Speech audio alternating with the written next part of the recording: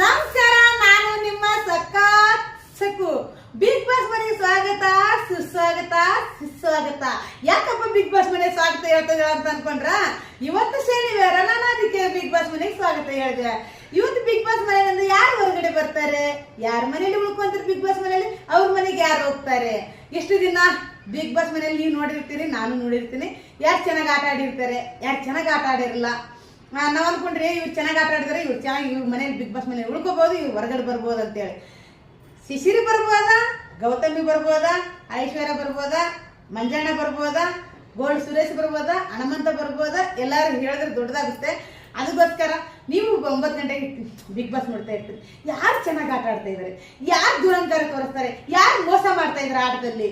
ಇವ್ರು ಚೆನ್ನಾಗಿ ಆಟ ಆಡ್ತಾ ಇದಾರ, ಇವ್ರು ಚೆನ್ನಾಗಿ ಆಟ ಆಡ್ದಿಲ್ಲ. ಇವಾಗ ಮಹಾರಾಜ್ಯ ಮಾಡಿದಾರ ಮಂಜಣ್ಣನ, ಸಾಕಾಗಿ ಆಟ ಆಡ್ತಾ ಇದಾರ, ಏನ್ ಉಗ್ರ ಮಂಜು ತೋರಿಸ್ತಾ ಇದಾರ?